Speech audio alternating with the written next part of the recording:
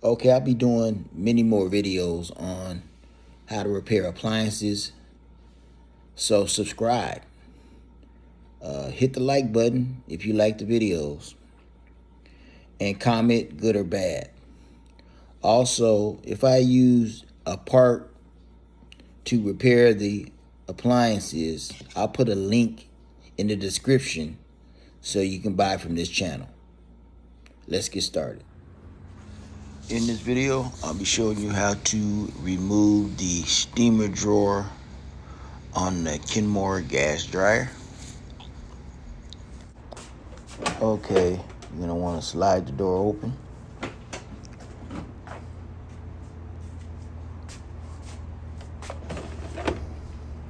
And remove the little water tank.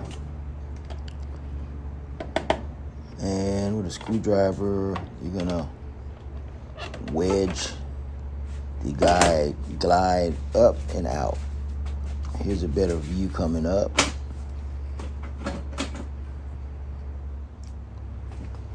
There's your guide right there, right in the middle with the lines on it. You're just gonna go underneath with a screwdriver, push up on it, push up with the screwdriver like that, and then pull it out. And that the guide locks onto that area, so once you push it up, it'll go over the housing right there. Now, to install it,